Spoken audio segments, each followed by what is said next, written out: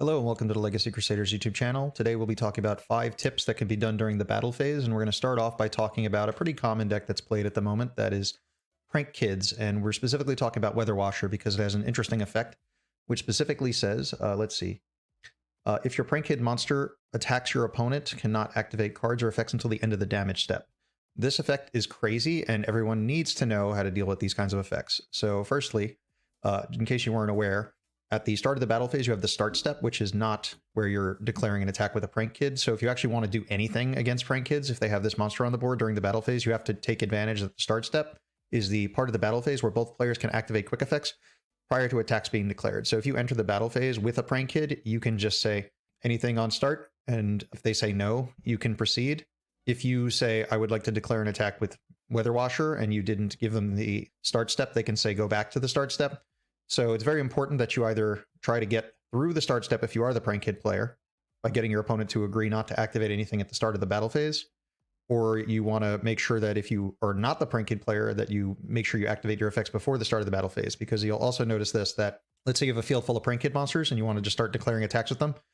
Following the battle step, you go into which is where you choose your attacker, will be a Prank Kid and your opponent's monster. You go into the damage step, and then immediately following the damage step, you come back to the battle step, which means they can just make another attack with a Prank Kid, and there's no end of damage step. There's no part before the start of the battle step, and that's where the first action, which is turn player priority, takes place. So if you're attacking with Prank Kids, you could just keep attacking with Prank Kids one after another, and your opponent can't activate anything. So be mindful of this. So again, coming out of that, they might attack with their Doodle-Doo or something. And while you're doing this, there are other cards in the game that actually have this kind of effect. They're not really played currently, so I did include one on this list just for clarity. It would be like Utopia the Lightning. So if you ever wanted to beat Utopia the Lightning with something like a Compulse or something, you would want to use it at the start of the battle phase before they declare an attack, because once they do, you can't do anything. Matter of fact, one of the cool things you can do if you have a monster that your opponent can't respond to until the end of the damage step is you can Twin Twister their cards. You can just start popping back row while declaring an attack with Utopia, because once it declares an attack, they can't use anything till the end of the damage step. So you can Twin Twister things, you can compulse their monsters you wouldn't normally be able to compulse, you can droplet them. Cards that would activate as a result of battles with these cards don't activate, like flip effect monsters like Shadolf Hedgehog, because its effect activates at a certain point in the damage step. Same thing with a monster that would activate when sent to the graveyard, assuming it goes to the graveyard during this battle with your monster that they can't use things during the damage step. Both of these effects won't be able to activate because even though a flip monster is flipped before damage calculation, it's still during the damage step, but it would activate at the fourth part of the damage step, which is after damage calculation. So you can't activate a flip effect if you attack with either the Prank Kids Weather Washer or with Utopia the Lightning. Monsters that would activate if they're sent to the graveyard can't activate because they activate during the end of the damage step. Following immediately upon the end of the damage step, you would actually go straight to the next battle step. The player who just made the attack has priority there, so if they are playing Prank Kids, they might choose to attack another Prank Kid, then you can't do anything. Now, let's assume your opponent isn't playing a monster where you can't do anything. Some of the things you should do at the start of the battle phase, the start step, is you should activate your interrupts. So your opponent has to get through the battle phase to kill you, so you might actually want to just prevent them from being able to do so. And instead of using your effects in their main phase, you might want to force them to use their battle phase. So if you can force your opponent to use your battle phase and they can't end the game, you get another turn. So a lot of disruption is good to use in the start of the battle phase, and most decks have some sort of disruption they can use. Conquistador of the Golden Land for Eldritch, maybe Dogmatica Punishment for a deck like Invoked. You could also use a Zeus if you have your Zeus and you force your opponent to go into the battle phase. You can Zeus their board and make it so that they can't really kill you because they won't have any monsters on the board. Something else I wanted to mention about Zeus, which is kind of relevant for the battle phase, is that if you declare battle against your opponent's Xyz monster during your main phase 2, you can actually make your own Zeus. All that matters for Zeus's summoning condition is that a Xyz monster had battled this turn, so it doesn't matter if it's your monster or their monster. So perhaps your opponent has a Beatrice, Lady of Eternal on their field, and you declare battle into it. Later in the turn, you maybe make an Abyss Dweller and then just randomly overlay for a Zeus. Just wanted to make sure I mentioned it because it is relevant to the battle phase that Zeus can be made regardless of whose Xyz monster battles. It's good to try and save your Hieratic Seal, the Heavenly Spheres, for the battle phase, so your opponent can't get to you. You just bounce their card and summon another disruption from the deck at this point in time. I think people are using Fallen of Albaz and fusion summoning with their opponent's monsters also. You can kind of play around Hieratic Seal by just not putting cards on the board that they can bounce, or a funny one is you can E-Telly into a Cyframe Gamma and declare battle against Hieratic Seal. It'll bounce it to your hand, and then its graveyard effect will be mandatory to activate because it's distributed. And then if they activate that, you can use the Gamma immediately, so it's kind of funny. Other cards that might be used in the battle phase as disruption, you might want to use your Branded in Red to summon your Guardian Chimera during the battle phase. Also, if you save your disruptions for the battle phase, you kind of get to play around things like Effect Veiler. If you want to learn a little bit more about the main phase, I have a video on 5 tips during the main phase, and I kind of address forcing your opponent to activate a bunch of these cards that can only be used in the main phase by just declaring battle phase, and I do that mostly in the main phase video, so if you haven't looked at that, make sure you click it in the card. We're going to continue talking about the battle phase, though. So I want to talk about cards that can't be used during the damage step. So firstly, if you declare battle against a monster and you make it through the start step of the battle, the start of the damage step, there are a couple effects that can be used at the start of the damage step, like Construct, or what else activates then? Eater of Millions. And the reason they activate in the start of the damage step is because if a monster makes it to the damage step when it battles, there is no replay. So a lot of cards activate there. Now, if a monster would activate its effect to like summon a monster from the deck, you can't Ash Blossom during the damage step because Ash negates effects, not activations. So let's say you destroy your opponent's monster and they're playing dragons, so they summon Brotar from the graveyard. They can activate Brotar because its trigger is met during the damage step, and then you can't Ash Brotar during the damage step to search from deck, but you could stop it from coming back from the graveyard with certain cards like Ghost Bell and Haunted Mansion. Ghost Bell can be used during the damage step because its effect says it negates activation. So one of the things I'll do with like my Destroyer Phoenix Enforcer versus a card like Mirror Jade is I don't want to activate Destroyer Phoenix Enforcer against Mirror Jade because they'll just chain Mirror Jade and banish my Enforcer. So sometimes I'll just crash my Destroyer to try and get it to go to the graveyard so I can activate its effect to ensure it'll at least be on the field for the next turn. Because you really want your opponent to activate Mirror Jade, and then you want to chain Enforcer so it can destroy itself so it doesn't get banished. In the damage step, you tend to think you're safe. Your opponent can't activate certain cards in the damage step, but they can Bell during the damage step because it negates activation. So cards that negate activations can be used during the damage step, but cards that negate effects can't. So you can't use like Imperm, you can't use Veiler. Well, Veiler you can't use in the battle phase at all, but you can't use Imperm in the damage step, you can't use Ash in the damage step, but people can use Gamma if the scenario works out for it. You can use Bell. Here's a list of things that can be used during the damage step. The rulebook's a little bit less specific. The rulebook, I think, specifically says in the damage step you can use cards that modify attack and defense, counter traps, and trying to remember what the last one was.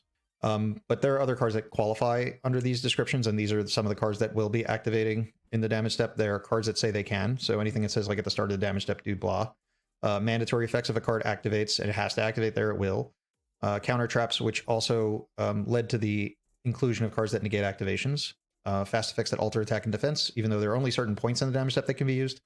Fast effects that negate activations, effects that have exclusive damage step effects like Crystal Wings effect when it battles, or Crusadia Mech Knight Avermax has an effect that activates during damage calc, which is a strange one. There aren't a lot of cards that do that.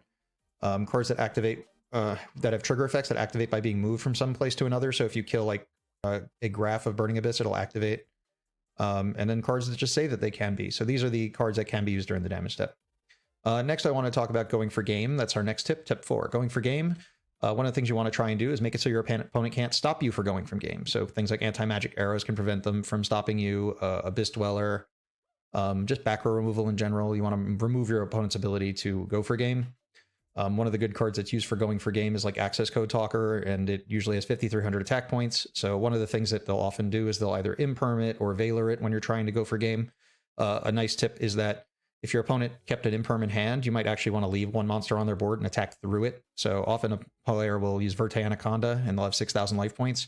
So they'll have a Verte in attack position. You can just attack it with Access Code for 4,800 and then just clean up with another monster. So you don't have to clear a full board with Access Code is something you might not want to do. If they had Imperm or Veiler, they'd use it right away, so the Access Code wouldn't pop anything. If they set it, they would have used it right away. By the way, on the summon of Access Code, you can't respond to its effect to gain attack points. But when that resolves, where there is a quick effect window where both players can activate quick effects before the next open game state where Access Code Talker starts destroying things. So if you do have Imperm or Veiler, you should probably use it after Access Code resolves, but you can't respond to the Access Code. We'll probably have a video entirely on Access Code in the future. Next, so yeah, Imperm could be in hand. It could be used to prevent you from getting game. So if you have your Access Code and you want to attack through a monster with it, you want to attack with the Access Code first, because if you attack with something else and clear the board, then if your opponent kept an Imperm in their hand, they'll just use it in the battle phase and reduce Access Code Stalker to 2,300, because if you negate a monster's effects and it modified its own stats, its attack returns to normal. An exception would be like Eldritch, because it summons a zombie from hand, not necessarily itself. So if you Imperm like an Eldritch, it doesn't like its attack doesn't go away. Also, when you're trying to go for game, you have to look out for ways your opponent might prevent you from gaming them. In the current format, there's like a billion ways you can possibly like not kill someone. If you destroy their monster and it triggers a floating effect and you try to negate it with like your Borreload Savage Dragon, maybe they'll Gamma you, and Gamma summons itself and a driver, and it could be in the damage step, so you can't Ash it. So your opponent might summon a couple monsters to block you. If you clear a fusion monster against the Despia deck, they could summon Aluber. A lot of those decks also play Fairy Tail Snow. Fairy Tail Snow can block several attacks. It can summon itself in the battle phase. It can flip a monster over, preventing that monster from attacking. If you attack it again, they can summon it again. Other things to be mindful of is there are cards that prevent a monster from being destroyed. So you might think you have game, and then you just can't clear a monster anyway, because like Branded Opening could be in graveyard. A whole bunch of cards that prevent you from actually getting to game. So not only do you have to make sure that you calculate game correctly, that you play around all the available options. You can always do that by like summoning an Abyss Dweller, maybe prevent your opponent from doing those things by using its effect before the battle phase. So you fully commit what cards you want to make in order to prepare for game before you go to the battle phase. Because once you go to the battle phase, you're kind of stuck there. Sometimes you'll forget if monsters' attacks were halved, so you want to make sure you can calculate game by making sure that you can droplet and use your clear your opponent's monsters from having enough attack to defend themselves, so you can get over certain monsters and also inflict the right amount of damage you need to do. You can also, just something else you should know, you can use droplet if a monster is already negated, because Droplet's primary effect is to negate a card. It just happens to also negate their effect. So you can use Droplet on a monster that's already negated. You can use Droplet under Skill Drain. This is assuming your opponent has an effect monster to use it on. That is important. One of the better features of Droplet, which is going to get its own video, is that you can use Droplet to play around Skill Drain. So if you want to activate your monster effect, you can chain Droplet to clear your monster from the field, and it'll resolve. Let's see. If you have Droplet, you can, if your opponent's attacking you, you can use it to like end a battle. So if you use it in the damage step, as long as monsters were made it to the damage step, if you remove the monsters from the field, the battle just ends, and then there's no replay. So that's something to know that would protect you from getting gamed, but we're trying to focus on getting game right now. But that's just something extra to know about Droplet. You can use it to prevent yourself from getting gamed. So if you summon a monster and your opponent attacks you with one monster and they have two monsters, you can negate the monster. You can use Droplet, sending your monster they're attacking in the damage step to negate the monster that's not attacking, negate its effects and have its attack, which will make it do less damage, and the monster that was attacking will not get a replay because it attacked and it made it to the damage step. So one Droplet can actually prevent one full attack and a half attack from another monster, which is kind of cool. Next up, I have a couple of miscellaneous effects I wanted to share. I actually polled a lot of people for different kinds of effects to use during the battle phase, and sometimes they don't really fit under certain things. So here's something. Linkuriboh is a card that you want to use at the start step of the battle phase, because if your opponent declares an attack and then you activate Linkuriboh, a replay occurs because the monsters on your field changed. So you remove a level 1 and summon Linkuriboh, and if a replay occurs and they have to reselect an attack target, that's not an attack declaration. So if you summon Linkuriboh, they could just attack Linkuriboh and they can't activate it. Now, there's always a chance that they attack something that isn't Linkuriboh, and then for the next battle, they are making an attack declaration, so you could use it then. But there's no reason to just not use Linkuriboh at the start step of the battle phase, because that's before any attack declarations occur. So that's something to know. If you're going to use Linkuriboh, use it at the start step of the battle phase, or you have to make sure you use it in a way where your opponent's not just going to attack into your monster. Another thing regarding these attack declarations, if your opponent is using a monster that can attack all monsters you control once each with like Invoke Purgatrio or Ultimate Conductor Tyranno, Stardust Charge Warrior, Meteotis Draconids, all these cards, they say they can attack multiple monsters. If you can get them to make an attack against something that doesn't fit the qualifications of the types of cards they can attack, so like if Ultimate Conductor Tyranno declares a direct attack, or if Draconids attacks a monster that's normal summoned, or if Purgatrio declares a direct attack, or if Stardust Charge Warrior attacks a monster that's normal summoned, if you cause a replay, they can only redeclare an attack, and they've lost their ability to do their massive all attacks on everything else. So that's something to know. Next is there are some monsters that end the battle phase when they complete their attacks. So when an attack is declared, so if you have like Swift Scarecrow or Necroz of Valkyris and your opponent wants to use it to end the battle phase, they have to negate the attack to end the battle phase. So you can always like prevent yourself from having your attack negated. Like if you attack with a monster and you have Boral Sword on the field, you can use your Boral Sword to put your monster that was attacking into defense. Then Swift Scarecrow or Valkyris doesn't actually negate the attack, and if it doesn't negate the attack, it doesn't end the battle phase. So you can just keep attacking. So playing around cards that allow the battle phase to be ended is kind of cool. Some decks can do it, a lot of decks can't. Also, there's some cards that end the battle phase that don't require to stop the attack, like Battle Fader. If a Battle Fader is used, it says Special summon this card, and if you do end the battle phase, so if you could prevent it from being special summoned, you can prevent it from ending the battle phase, but Swift Scarecrow and Valkyrie specifically require you to negate that attack, which is kind of cool that there are more ways to play around things like that. You can like also Fairy Tale Snow your monster off of the board who is attacking so that it doesn't get its attack negated. Let's continue. A couple other tips that people mentioned to me were like Cyber Angel Natasha. It just has an effect that says if an attack's declared against a ritual monster, you can just negate the attack. So if your opponent just summons a Natasha for no reason, they might just be trying to play around you killing them at OTK. So if Cyber Angel Natasha's on the field, just one, they can gain life points. So you might need to be very careful in keeping track of how much life your opponent actually has to determine if your OTK would work. Secondly, if you can't negate the Natasha, you just can't attack over everything if Natasha's on the board because it's just going to negate every attack you do. So either pair negates or try and clear from the board in advance. So just keep that in mind that Natasha, 1, gains life points, 2, prevents attacks on ritual monsters, not once per turn. So they can just keep protecting themselves. Last couple of things I want to mention were regarding the battle phase being skipped. If you were to destroy an opponent's like artifact ignition, it says that you skip the next battle phase. To skip your next battle phase, you actually have to declare a battle phase. So if you destroy an opponent's artifact ignition in your battle phase, maybe with a Twin Twister, during your next turn, if you don't declare battle phase, you haven't skipped it. So you make sure if you skipping your next battle phase, you have to at least declare a battle phase. This is going to come up in that deck that comes out in the future. Mr. Rune, I'm pretty sure it I think it skips your next battle phase. I don't think it skips the battle phase of your next turn, which is what I want to address also. If you have a card like Mulan Glacia and it leaves the field, it skips the battle phase of your next turn. So you don't have to, on purpose in the next turn, declare battle phase.